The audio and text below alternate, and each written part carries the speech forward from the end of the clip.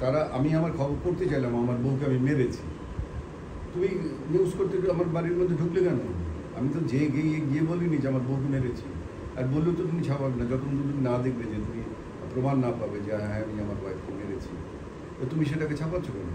Because তুমি জানো যে এটা নিয়ে একটা গসিপ হবে, গসিপ হলে মানুষ অনেকজন আমার মানে দর্শক সংখ্যা বা পাঠক সংখ্যা যাই কিছু বলবো সেটা অনেক বেড়ে যাবে।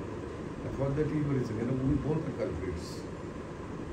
হ্যাঁ, আপনি তো একজন মুক্তিযোদ্ধা। 1971 সালে আপনি মুক্তিযোদ্ধাতেও আপনি পার্টিসিপেট করেছিলেন এবং 1972 সালে আপনার ওরা 11 জন মুভি এসেছিল, যেটাতে আপনি প্রডিউসার হিসেবে ডেবিউ করেছিলেন। তো এইটার সম্পর্কে একটু জানবো, এটা মানে জার্নিটা সম্পর্কে একটু জানবো। এক বছরের মধ্যে আমি এটা সম্পর্কে না বলতে পারলে সবচেয়ে খুশি হতাম আমি, কারণ আমাকে এটা ইরিটেটস মি।